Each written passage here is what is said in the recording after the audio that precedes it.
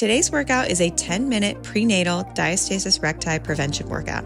If you're pregnant any trimester, this workout will help you prevent severe core dysfunction, including diastasis recti. You'll need a foam roller or a rolled up towel and a mat. Let's get started. Hey mamas, welcome to today's workout. Today we have a 10-minute diastasis recti prevention workout. Now, diastasis recti occurs in almost all full-term pregnancies, but this is going to help us prevent that severe core dysfunction that causes a severe abdominal separation, prolapse, etc.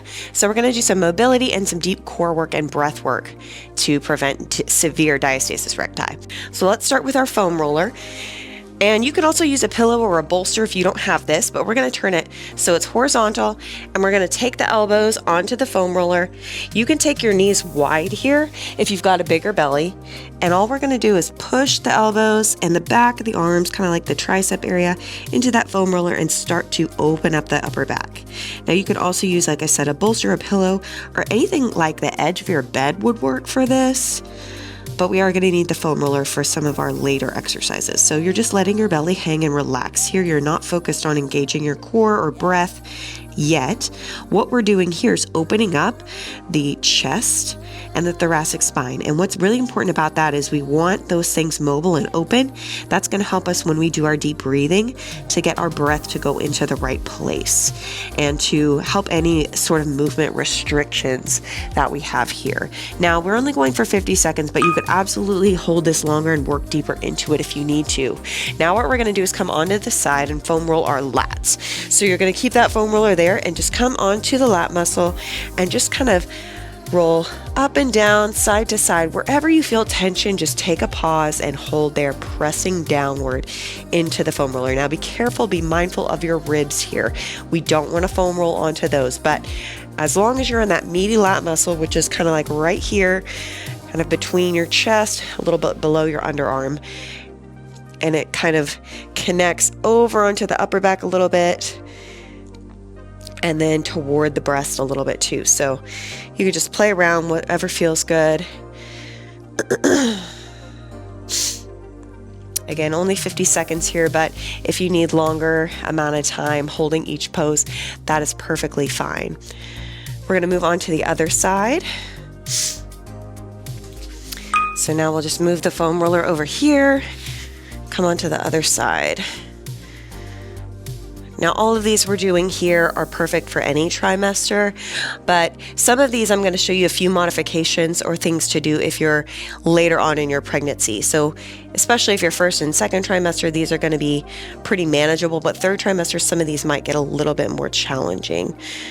So I will show you modifications as we go. I am in my first trimester, still almost at the end.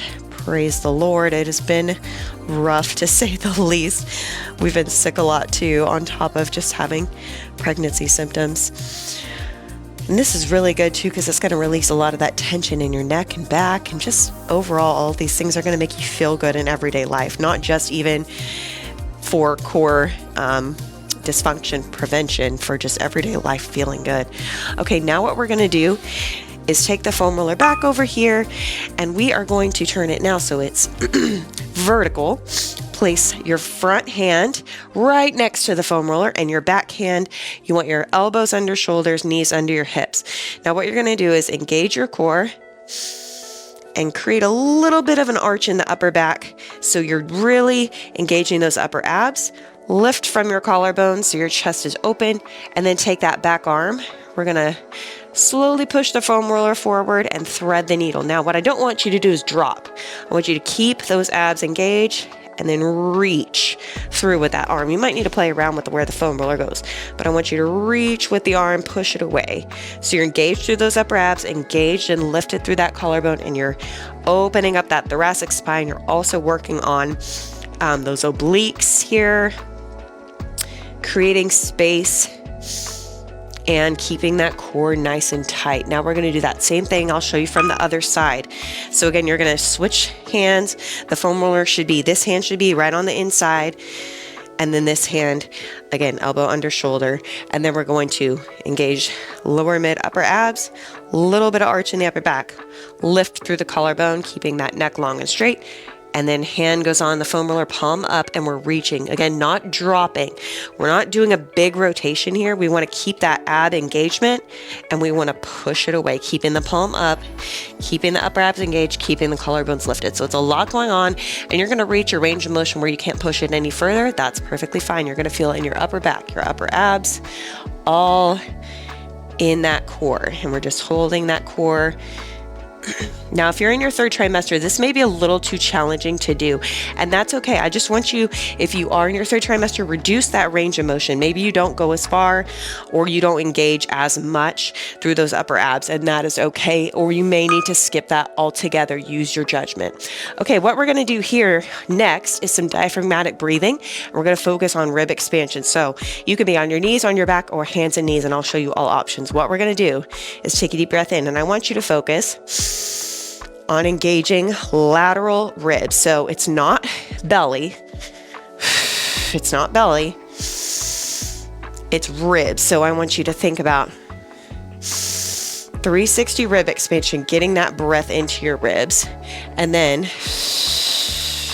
exhaling, letting those ribs come down and close. So I'll show you again. We're opening the ribs. Exhaling, letting those ribs close. We're just focusing on the ribs right now. We'll take another minute to do a little bit more of the core engagement. Let's go again. So I'm breathing in 360 through those ribs. And what that's important is, if we can't expand the rib cage, the diaphragm is not able to work with our core and pelvic floor to engage it. So now what we're going to do is focus on engaging ribs and then the core. So I'm going to show you from hands and knees. We're going to do that. Deep breath in, lateral rib expansion, and then I want you to focus in drawing in from the bottom up, and then closing the ribs. Expansion. And depending on how big your belly is, you might not see a lot of drawing in at the bottom because you've got a belly. I do a little bit too. But the idea is you're feeling that tightness.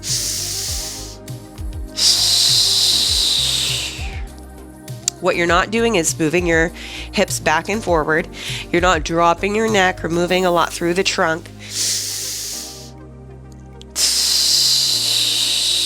You're engaging, letting those ribs close down, letting the core engage. Now you can keep going with that if you need more practice, but we're going to continue to move forward with some deep core exercises. Now, utilizing that breath, take a breath in, out.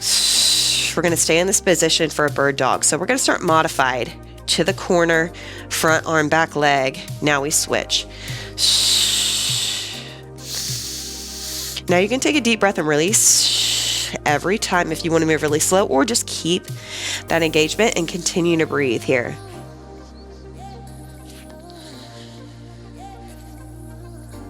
Now, if you want to level it up a bit, you can start to lift the leg to hip level, reach the arm to shoulder height here. Trying to focus on trunk stability, moving the arm and leg in unison, keeping the body weight forward. So try not to shift your weight back here, and be mindful of where your knees are, because if they're too far back or if your hands are too far forward, you're not going to get the benefits. Okay, now what we're going to do, same position, deep breath in, out, tuck the toes, and we're going to lift the knees for 5 seconds. 4, 3, 2, 1. Rest. Reset that breath. Make sure the elbows are turned to the back, lats are engaged, tucking the toes, knees come 1 inch off the floor for 5, 4, 3, 2, 1. Ribs expand, engaging from the bottom up, push up, lift, stay in that perfect 90-90 position. So legs are 90 degrees, hands are under shoulders. If you need to shift back when you're resting, that's okay, but make sure you realign so you're really getting the benefits, challenging all facets of the core canister here. And we're doing 5-second holds. If that is too intense, you can absolutely do 2 seconds or however long you can. All right, now what we're going to do is a side plank lift with a 5-second hold. So I'm going to come onto my side here. You can either extend the top leg or bend both legs. We're going to keep this bottom hip off the floor. Breathe in.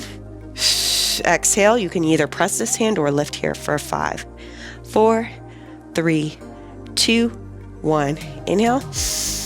Keeping the hip lifted. So when you're here, you're not collapsed. You're lifted through the shoulder, the hip, the ribs. Exhale, lift that hip up. Hold for 5, 4, 3, 2, 1. And these are all great. These core exercises we're doing right now, all trimesters are perfect. You can use this hand to push down if you need to, but try not to collapse through your chest here. You could also use that foam roller to help you get some leverage if you need it. You could also extend this top leg if you wanted a little more of a challenge. We're going to flip it around to the other side. This will be our last one. So make sure that elbow is 90 degrees, hip in line with the elbow, lifted through the bottom waist. Either pushing or lift right up.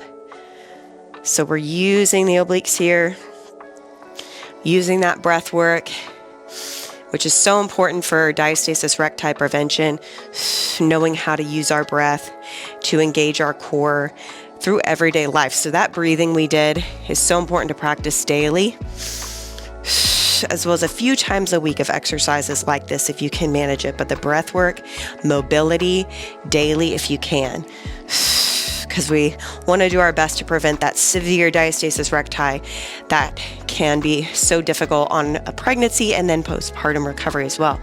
So if we can prevent it from becoming severe and maintain a strong functional core through pregnancy, it is going to make postpartum so much easier to heal that diastasis recti if it's a smaller, more manageable gap. And we're already doing the exercises we know that are going to keep us on that trajectory. So when we're postpartum, we can do these same things to help heal a diastasis too.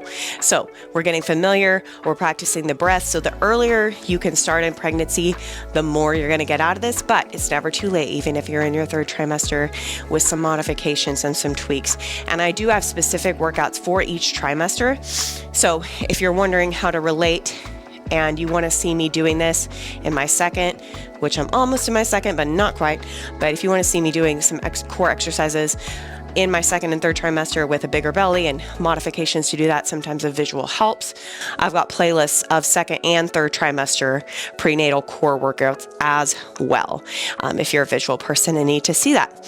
Otherwise, love your feedback. Love to hear what's challenging. I know a lot of these are maybe different than what you would normally do, so just practice them, especially some of the mobility with the foam roller, but it will really, really benefit you to have all of that down, again, to prevent diastasis recti now and later, and then to just make pregnancy more comfortable. So hope you all enjoyed that. Thanks for being here, and I'll see you back here for our next workout together.